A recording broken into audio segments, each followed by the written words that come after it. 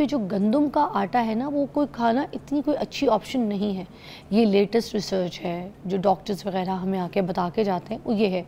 उसमें ये कहते हैं कि अगर आपने 100 ग्राम की एक गंदम की रोटी खाई है तो उसमें तकरीबन 70 ग्राम जो है वो कार्बोहाइड्रेट्स हैं, वो है जो शुगर की फॉर्म में, जो आपको खाने में तो मीठी फील नहीं होती टेस्ट में, और वो उसके अंदर मौजूद होती है। अब वो जो बहुत सारे प्रॉब्लम्स हैं ना आपकी बॉडी में क्रिएट करती है, जैसे शुगर हो गया, फैट, ठीक है, ओबेसिटी का शिकार जो पेशेंट्स होते हैं वो इसी वजह से मोस्टली होते हैं। अब इसके लिए बहुत सारे डॉक्टर्स जो हैं उन्होंने अपनी बहुत सी चीज़ें इंट्रोड्यूस करवाना शुरू कर दी, बहुत से ब्रांड्स जो हैं उन्होंने अपने आटे इंट्रोड्यूस करवाना शुरू कर दिया, ये मल्टीग्रेन आटा है, ये फलानी है ढमकानी आटा है, ठीक है। अब दुनिया इन चीज़ों पर लग गई। तो हमें ये पता होना चाहिए कि ये जो ब्रांड अपनी दुकान चमका रहे हैं, हमने ये वाले आटे खा के अपने आप को ठीक करना है, ठीक है। ये जो ब्रांड कह रहा है हमने इस पे चलना है, ये जो डॉक्टर हमें समझा रहा है वो हमने सुनना है, ये जो लेटेस्ट रिसर्च है हमारी बॉडी के हिसाब से कि हम कितनी एनर्जी के हिसाब से कितनी गंदम और कितना अनाज जो वो खा रहे हैं, ये सारी चीज़ों पर बात करेंगे। आज मेरे पास है डॉक्टर जमील मेहरवी साहब, और इन्होंने जो है माशाल्लाह से नेचुरोपैथिक जो है उसमें इन्होंने डॉक्टरी की हुई है और किसी तारुफ के मोहताज नहीं। आज पहली मरतबा हमारे शो पर आए हैं तो हम इनसे आज बात करेंगे। अस्सलाम वालेकुम। वालेकुम सलाम जी, कैसे हैं सर? बिल्कुल ठीक ठाक। अच्छा, मोस्टली लोगों को तो नेचुरोपैथी के बारे में ही नहीं पता होती, थोड़ा सा तो नेचुरोपैथी का बता दीजिएगा, उसके बाद फिर हम आगे अपने प्रोग्राम को लेकर चलते हैं। देखिए, नेचुरोपैथी मीन्स आपका तिब्बे कुरानी, नेचुरोपैथी मीन्स आपका तिब्बे नबवी, और कुरान के अंदर अल्लाह ताला ने फरमाया वनुनज़्ज़िलु मिनल कुरान मा हुवा शिफ़ाअ व रहमतुल लिल मुमिनीन वला यज़ीदु ज़ालिमीना इल्ला खसारा। यानी अल्लाह फरमाते हैं कि बेशक हम नाजिल करते हैं इस कुरान में ऐसी चीज़ें जिनमें सरासर शिफा है और ये बाइस रहमत मोमिनीन के लिए। तो वो जो चीज़ें जिनका ज़िक्र अल्लाह ने कुरान में किया नेचुरल हैं, नेचुरल इंग्रेडिएंट्स हैं, और हमें फ़ितरत और नेचर के मुताबिक ज़िंदगी गुजारनी चाहिए। और अगर हम नेचर और फितरत के करीब रहेंगे तो बीमार नहीं हो सकते, और अगर हम बीमार हो गए किसी वजह से तो हमें नेचुरल इंग्रेडिएंट्स पे रहना है। नेचर हमें नेचर के करीब लाएगी और हमारी तमाम बीमारियां जो है वो ठीक हो सकती हैं। और अगर हम कोई ऐसे chemicals, antibiotics, steroids, life saving drugs या एंटी एसिड्स और पेन किलर्स, इन चीज़ों पे रहेंगे तो इट्स ऑल केमिकल और इन पे जब हम जाएंगे तो ये हमारी फितरत और नेचर में बिगाड़ पैदा करेंगी। नेचर फितरत हमारी और दूर, हम उससे दूर होते जाएंगे तो हम ठीक नहीं होंगे कभी भी। और इसीलिए मैं कहता हूँ कि ये जो फ़रंगी तिब का जो तरीका इलाज है ये साइंटिफिक है ही नहीं, लेकिन हम इसको आज सारे के सारे एक माइंड सेट हो गया हुआ है कि ये साइंटिफिक वे ऑफ ट्रीटमेंट है या ये मेडिकल साइंस असल वो है, तो ये है ही नहीं, साइंस ही नहीं है। तो बताइए ना कि आपकी रिसर्च क्या कहती है कि जो आटा है ये हमें खाना चाहिए? आज के दौर की रिसर्च जिस तरह से मैं बयान कर रही थी, देखें सबसे पहले तो ये है कि हमें अल्लाह को कुरान हकीम के अंदर इरशादात को देखना है और फिर नबी करीम सल्लल्लाहु अलैहि वसल्लम की तालीमात को देखना है, मसला हल हो जाएगा। कुरान में हम देखते हैं तो अल्लाह ताला ने सूरह रहमान के अंदर वल हब्बु ज़ुल अस्फ़ व रेहान फ़बिय्यिमात का ज़बान, वल हब्बु का मतलब है और भूसा वाला अनाज जिसके अंदर छान हो, यानी चोकर हो। किसी दौर में ये छान समेत होता था आटा, फिर उसके बाद चाइना चक्कियाँ आईं और इस तरह से, और वो इतना आटा बारीक पीस के क्रश कर दिया कि उसके अंदर वो सारा जो फाइबर होता है या जो वो छान होता है वो सारे का सारा जला बर्न कर दिया गया और वो उल्टा कार्बन बना और हमें प्रॉब्लम करता है। एक नंबर दो, जो गंदम है हमारी वो किसी दौर में हमारी हाइट से बहुत बड़ी होती थी, इंसान उसमें खड़ा होता था, हाथ वेव करता था फुल ऊपर करके तो इतना हाथ नज़र आता था, हाइट कद्दावर होती थी गंदम, देसी गंदम जो हमारी थी। बायोलॉजिकल वॉर आई और बायोलॉजिकल वॉर ने क्या किया कि हमारी वो गंदम छोटी करते चले गए और अब वो हम उसमें खड़े हों तो हमारे घुटने तक वो गंदम नज़र आती। हाइब्रिड बीज है, प्रॉब्लम करता है। लेकिन अल्लाह के नबी सल्लल्लाहु अलैहि वसल्लम को अगर हम देखते हैं तो आप सल्लल्लाहु अलैहि वसल्लम ने सारी ज़िंदगी अपनी 63 साल ज़िंदगी में आप सल्लम ने सबसे ज़्यादा जौ की रोटी तनावल फरमाई और गंदम की रोटी कभी कभार आपने खाई है कभी कभार, बहुत कम, कभी कभार। और मैदा की बनी हुई कोई चीज़ आप सल्लम ने चखी भी नहीं। आज उम्मत जो है वो काम उल्टा कर बैठी है कि इस वक्त मैदा सबसे टॉप पे है और उसके बाद गंदम है और जौ की रोटी। आपने चखी कभी जौ की रोटी? अच्छा, मैं तो जौ का आटा खाती हूँ। खाते तो बहुत कम लोग हैं जो इस वक्त जौ की रोटी जिन्होंने चखी होगी। और दूसरी बात, जो आप मल्टीग्रेन आटा की बात करते हैं तो ये बात ठीक है। पहली बात तो ये कि कुछ लोगों ने अपनी वीडियोस वायरल की, अपने आप को वायरल किया, यूट्यूबर्स टाइप हुए। अच्छा, ये वाली चीज़ें बड़ी इंपॉर्टेंट है जी, इसको मैं चाहती हूँ ज़रा लोग गौर से सुने ब्रेक के बाद। ज़रा सुनिएगा ब्रेक के बाद। हाय अल्लाह, बड़ी सारी बातें पता चली हैं और ऐसी पता चली हैं जो मुझे समझ ही नहीं आ रही है उसकी कहानी सर पैर सुने। मैं चाहती हूँ कि आपको भी पता चले। बड़े डिफरेंट टॉपिक पे हम बात कर रहे थे, मगर है वही ये सारी जो हम ग़िज़ा खाते हैं ना, इसके ऊपर। मगर मैं आपसे एक सवाल करना चाहूँगी कि जो मल्टीग्रेन आटा है सर, ठीक है, अब मल्टीग्रेन आटे को उसकी अगर हमने कोई एक रोटी बना ली है मल्टीग्रेन आटे की, ठीक है, उसको हम खा रहे हैं दाल के साथ ही। अब अगर हमने कोई चावल उबाल लिए हैं तो उसको भी हम दालों के साथ खा रहे हैं। मतलब ये है तो कार्ब्स ही ना, एक कार्ब्स को कार्ब्स के साथ ही खा रहे हैं। तो ये सही है क्या जो हम दाल चावल का एक कॉम्बो खाते हैं? देखें, पहली बात तो ये है कि इस वक्त जो चावल है आपका जितना भी मार्केट में, इस सारे का सारा इस वक्त आर्सेनिक इसके अंदर बहुत ज़्यादा आ चुका हुआ है।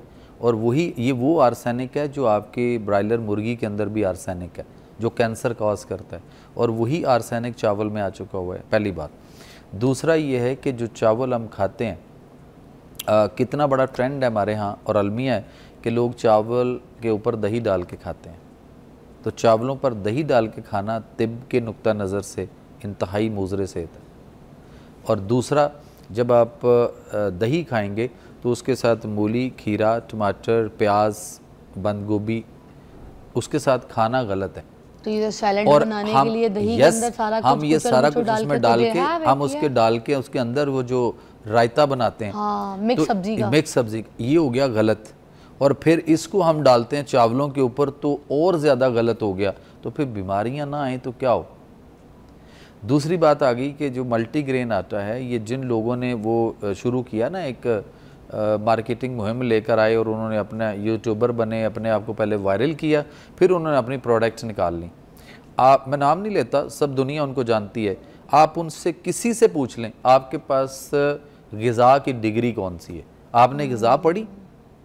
ये बहुत बड़ा अलमिया है। पाकिस्तान समेत पूरी दुनिया में एलोपैथिक डॉक्टर्स जहाँ जहाँ भी मेडिकल कॉलेजेस हैं, यूनिवर्सिटीज़ हैं, हेल्थ साइंसेज यूनिवर्सिटी हैं, किसी में ग़िज़ा की कोई किताब नहीं पढ़ाई जाती। तो सर ये कौन इस तरह की बकवास करता है, कौन बोलता है इस तरह? कौन करता है? जिसने पैसा कमाना है। अब मल्टीग्रेन आटा, सोशल मीडिया पे इस तरह की बातें करते हैं, जाहिर है वही करेगा। और बातें क्या करते हैं कि वो कहते हैं जी हमने मल्टीग्रेन आटा लें और मल्टीग्रेन आटा हमने बना लिया, हमारा ब्रांड बन गया, आप ये ले लें। अच्छा, उनका अपना ब्रांड बना लिया इस वजह से। देखें, अगर तो सर ये तो वही बात है ना, अपना ब्रांड बेचने के लिए आप लोगों को पहले उल्लू बनाते हैं, कहानी बनाते हैं, उसके बाद अपना ब्रांड लॉन्च कर लेते हैं।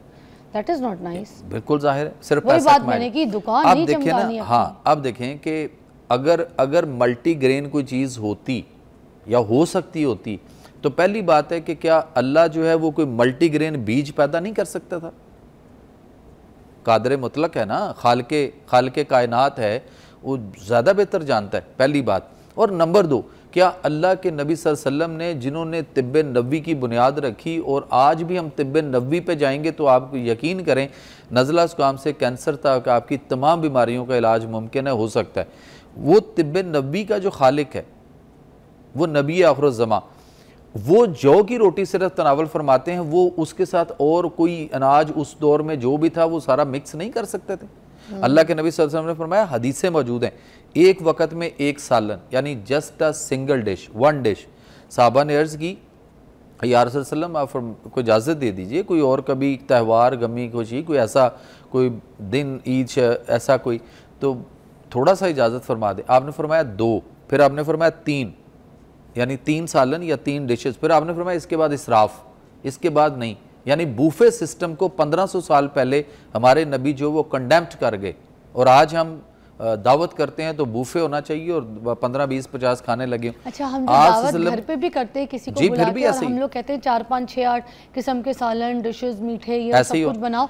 तो हम जो मेहमान हैं उसके लिए कोई अच्छा काम नहीं कर रहे, हम उसके लिए मौत का जो एक खड्डा है ना वो खोद रहे। तो आप सल्लल्लाहु अलैहि वसल्लम फरमाया कि ये जो 1, 2, 3 सालन जो डिफरेंट आप करें, इनको ये भी देखिएगा कि ये एक दूसरे के साथ एग्रेवेट या क्लैश ना करते हो, मुताबिकत ना रखते हो। अच्छा। और हम यहाँ पे हर चीज़ ऐसे मिक्स करते हैं। अब ये देखें कि जो मल्टीग्रेन आटा है उसके अंदर जितने भी, हम नाम नहीं लेंगे, टाइम बहुत थोड़ा है हमारे पास, हमने ये देखना है कि कितने बीज उसमें डाले गए और उन सारों का आटा मिक्स कर दिया गया। क्या ये फार्मूला हम बना सकते हैं? क्या हम ऐसा कर सकते हैं? कौम जो है ना वो एक माइंड सेट देखती है, वो कहती है जी मेरे पास पेशेंट आते हैं, वो कहते हैं जी हम तो मल्टीग्रेन आटा खा रहे हैं। मैं कहा जी फिर ठीक हुए, क्या हुआ, उससे हासिल क्या हुआ? तो एक ट्रेंड है, अगर मल्टीग्रेन है तो वो सारी चीज़ें अब एक साथ करेंगे तो इनके डिफरेंट मिजाज हैं, किसी का मिजाज सर्द है, किसी का गर्म है, किसी का खुश्क है, किसी का तर है, तो आप इन सारी चीज़ों को इकट्ठा करेंगे तो मल्टीग्रेन आपके लिए हार्मफुल होगा। जौ की रोटी खाते हैं? जौ की रोटी बहुत और अच्छी, आपको बिल्कुल सही लगती है, कहते हैं आपकी अगर सब पूरी दुनिया अगर ये जौ का आटा खाए तो फिर ये हम शुगर और ये ब्लड प्रेशर, हाइपरटेंशन और दूसरी बीमारियां जो है अपने जिस्म के अंदर नई नई पैदा नहीं करेंगे, विल बी बैलेंस। लाइक जैसे नबी पाक सल्लल्लाहु अलैहि वसल्लम जौ की रोटी खाते थे, अगर हम भी तिब्बे नबी पे आ जाएं तो हमारी लाइफ जो है ना बैलेंस हो जाएगी। यू रेकमेंड जौ की रोटी? अल्लाह के नबी सल्लल्लाहु अलैहि वसल्लम का एक बड़ा खूबसूरत ट्रैक है, मैं उसको एक प्रोजेक्ट के तौर पे इस वक्त पूरी दुनिया में 37 मुल्कों में इसको चला रहा हूँ। पाकिस्तान में गवर्नमेंट डिपार्टमेंट में, पुलिस डिपार्टमेंट जितना है पूरे पाकिस्तान में, मैं उनको जाकर ट्रेनिंग दे रहा हूँ। अच्छा। 2 घंटे का वो हमारा सेशन है। मेरा वो प्रोजेक्ट का नाम है कि बैक टू नेचर, और थीम उसका ये है कि nature your future road map for life Allah's health system according to Quran. और मेरा वो जो प्रोजेक्ट है अगर उसको हम अंडरस्टैंड करें और कौम उसको समझे और उस पर 1 साल सिर्फ अमल करे तो आपके पाकिस्तान का जो हेल्थ का बजट है गवर्नमेंट का, वो मिनिमम जो है वो 1 साल के अंदर 80% जो है वो विल बी रिड्यूस्ड, कम हो सकता है। बीमारियां घरों से ख़त्म हो सकती हैं। अल्लाह ने इतना खूबसूरत ट्रैक दिया है, अल्लाह ने इंसान को बेयारो मददगार भेजा है यहाँ पे। हमारे पुलिस डिपार्टमेंट में तो सबसे ज़्यादा ओबेसिटी देखने को मिलती है। मैं तो बहुत मुश्किल से देखती हूँ कोई स्लिम स्मार्ट कोई पुलिस वाले हों। जितनी जो भी पुलिस डिपार्टमेंट में के लोग हैं तो इसी तरह मुख्तलिफ जिनको देखती हूँ तो मैं सबसे ज़्यादा उनका पेट भी बाहर होता है। इसी तरह मुख्तलिफ स्कूल कॉलेज यूनिवर्सिटी में करवा रहे हैं। मैं पीछे वेस्ट अफ्रीका के प्रेसिडेंट की इन्विटेशन पे एज अ स्टेट गेस्ट, उनके प्राइम मिनिस्टर मुझे मिलना चाहते थे, हालांकि मैं एक छोटा सा अदना सा बंदा हूँ। उन्होंने कहा जी हमारे प्राइम मिनिस्टर मिलना चाहते हैं, तो मैं एज अ स्टेट गेस्ट उनके 16 मुल्क विजिट करके आया हूँ, और वो 16 मुल्क अटैच हुए हैं। मुझे उन्होंने एज ए एडवाइज़र लिया वहाँ पे कि जी आप हमारे साथ काम करें। तो असल ये है कि अल्लाह का निज़ाम सेहत को अगर हम फॉलो करें और फितरत और नेचर के करीब रहें। अब देखें ना, लोग देसी घी बहुत अच्छा है, लेकिन देसी घी तवे के ऊपर लगाना जुर्म है, उसको पराठा बनाना, उसके अंदर लगाना, सेकना। आप उसको चपाती बनाएं, उसको नीचे उतार लें, उसके ऊपर देसी घी जितना मर्जी लगा लें, कुछ नहीं करता। और हांडी को उसके साथ भूनना भी सही नहीं है, जब खाना पक जाए तो 1 चम्मच ऊपर डाल दो, दम रख लो। जी बिल्कुल, उस वक्त लगाएं, दम कर दें उसको। या नीचे उतार के जैसे हम साग में, या ऊपर डाल दें, जैसे हम साग में डालते हैं, दाल के तड़के पर देसी घी खुशबू के लिए डाल देते हैं पकने के बाद। बिल्कुल।